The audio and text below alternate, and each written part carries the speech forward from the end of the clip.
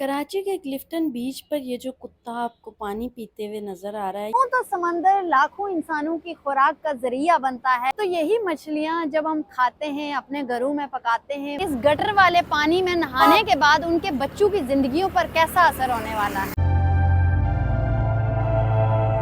Hey guys, कैसे हो आप सब। आई होप आप सब ठीक होंगे, खुश होंगे, मज़े में होंगे और अपनी लाइफ को एंजॉय कर रहे होंगे। तो welcome back to another video. आज देखो, मैं दोबारा से कराची में अपनी वीडियो शूट कर रही हूँ क्योंकि मैं दोबारा कराची पहुँच चुकी हूँ और आज मैं जा रही हूँ इतनी गर्मी में सी व्यू वाली साइड पे। तो so let's go with me, देखते हैं आज सी व्यू पे कितना ज़्यादा रश है, क्योंकि कराची की गर्मी के हिसाब से वहाँ पे बहुत ज़्यादा रश होना चाहिए। तो वहाँ पे चल के देखते हैं कि वहाँ पे कितना ज़्यादा रश है और वहाँ पे कैसा है मौसम। So let's go. कराची के क्लिफ्टन बीच पर ये जो कुत्ता आपको पानी पीते हुए नजर आ रहा है, ये दरअसल गटर का पानी पी रहा है जो बहरिया टावर से निकलकर डायरेक्टली समंदर के अंदर जा रहा है।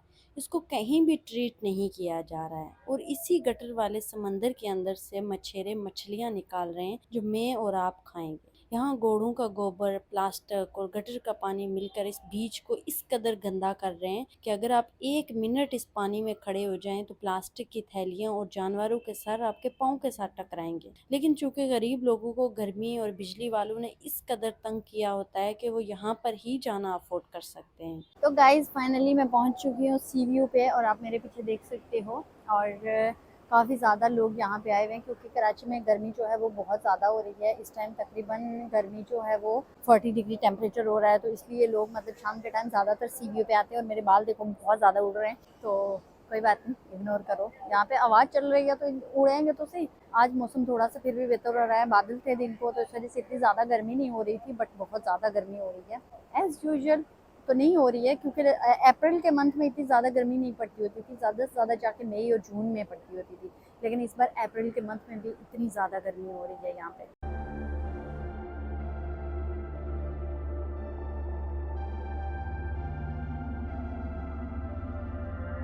यूं तो समंदर लाखों इंसानों की खुराक का जरिया बनता है, लेकिन ये जो मेरे पीछे आप मछेरे देख रहे हैं, ये इसी समंदर के अंदर से मछलियां निकाल रहे हैं, जहां अभी थोड़ी देर पहले मैंने आपको दिखाया कि गटर का पानी डायरेक्टली समंदर के अंदर डंप किया जा रहा है।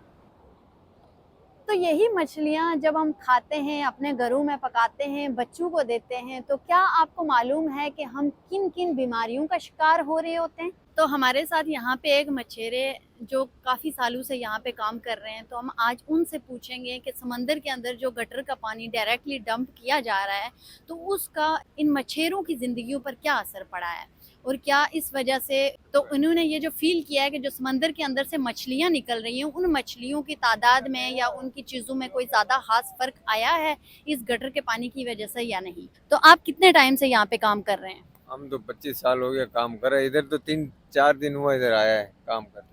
तो आपको क्या लगता है कि ये जो गटर का पानी है, क्या आप 25 सालों से काम कर रहे हैं, तो पहले भी किसी जगह पे जाता था या अभी से ये जाना शुरू हुआ है। बहुत टाइम से ये गटर का पानी जा रहा है दरिया में, बहुत टाइम हो गया। तो आपको क्या फर्क महसूस हुआ है, मतलब पहले जब आप 25 साल आज से पहले यहाँ पे काम करते थे, तो जो समंदर का पानी था वो साफ हुआ होगा आज की निस्बत। तो अब क्या आपको लगता है जो गटर का पानी जा रहा है, तो उससे मछलियों की तादाद में या इंसान वो मछलियाँ खाते हैं उससे क्या बीमारियाँ होती हैं, या आपको मतलब समंदर के अंदर जाते हैं उसी गटर के पानी में, तो आपको कोई स्किन का मसला या बाकी लोगों को हुआ है। नहीं नहीं, ऐसा कोई मसला नहीं हुआ।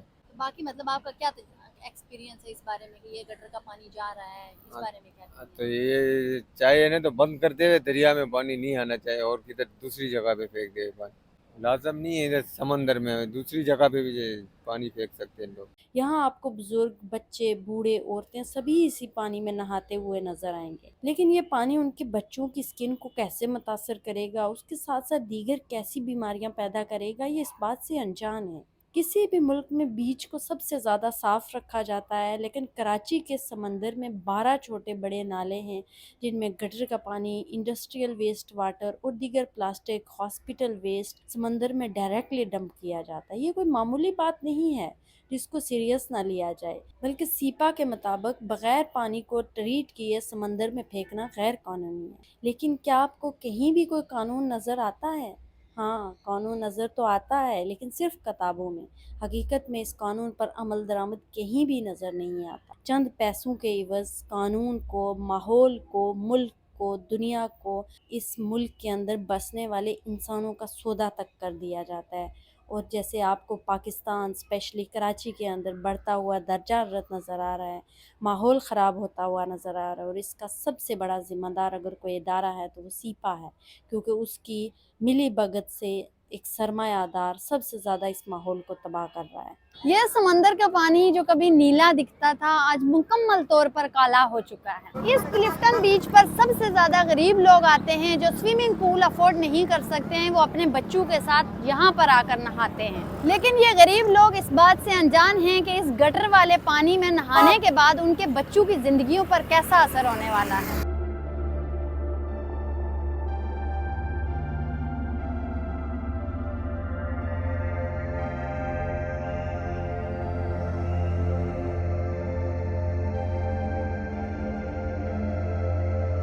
सो गाइस, मैं आज एक्चुअली अपने एक काम से यहाँ पे आई थी, मैं घूमने के लिए नहीं आई थी, क्योंकि गर्मी हो रही है, बंदा घूम भी लेता है, बट मैं एक काम से आई थी, तो इसलिए मैंने सोचा यहाँ पे जो है मैं अपनी वीडियो भी शूट कर लेती हूँ, व्लॉग भी। और देखो वाह यार, मेरी स्किन कितना ग्लो कर रही है यहाँ पे, इसलिए कर रही है क्योंकि अभी आज जो है ना ह्यूमिडिटी काफ़ी ज़्यादा हो रही है, तो इस वजह से वो होता है ना, जब ह्यूमिडिटी ज़्यादा हो रही हो तो आपका फेस बहुत ज़्यादा वो होता है, स्वेटिंग होती है, तो उस वजह से आपका फेस मोस्टली ग्लो करता है, मतलब मेरा करता है। मे भी बहुत सारे लोगों को बहुत ज़्यादा ह्यूमिडिटी होने की वजह से उनका फेस ठीक नहीं रहता, बट मेरा रहता है। ये देखो यहाँ पे कितने ज़्यादा लोग आए हुए हैं, लेकिन आजकल लोग दिन के टाइम में ज़्यादा आते हैं क्योंकि दिन के टाइम में गर्मी होती है और शाम के टाइम में इतने ज़्यादा नहीं होते, कम लोग आते हैं। तो गाइज ये वाला ऊँट जो है ये बेचारा इतना थक गया है कि थक कर बिल्कुल चूर हो चुका है, और यहाँ पे देखो ये वाला, इस बेचारे के तो आधे से ज्यादा चमड़ा ही उतर गया है। ज्यादा जो चीज मुझे यहाँ पे अच्छी नहीं लगती वो यही है कि बस यहाँ पे बहुत ज्यादा जानवरों के साथ होने वाला जो जुल्म है ना, उसको देख के बस मुझसे बर्दाश्त नहीं होता। उनको अनवांटेड तरीके से चलाया जाता है, उनको यूज किया जाता है, तो मुझे अच्छा नहीं लगता है। लेकिन आजकल एक और बात बताऊँ, यहाँ पे पूरा एरिया है ना, यहाँ पे इन्होंने बाइक्स अलाउ कर दी और इस तरह की छोटी छोटी गाड़ियाँ, तो ये वाली गाड़ियाँ इतना जोर का हॉर्न बजाती हैं, कुछ सुना ही नहीं देता, बिल्कुल कान बंद हो जाते हैं। और यहाँ पे बाइक्स अलाउ कर दी है, जिसकी वजह से क्या हो गया है कि यहाँ पे जितने सारे लोग आते हैं वो सारे बाइक लेकर आते हैं, और फिर उस वजह से बहुत ज़्यादा अनकंफर्टेबल होता है क्योंकि इतनी तेज़ तेज़ स्पीड में बाइक्स चल रही होती हैं, तो फिर वो वाली चीज़ नहीं रहती है, वो मज़ा नहीं रहता जो वैसे बीच के ऊपर आने से आता है। ये बीच तो है ही बहुत गंदा, यहाँ पे क्या मज़ा आएगा, बट हाँ अगर आप थोड़ी देर घूमने के लिए आना चाहते हो तो आ सकते हो।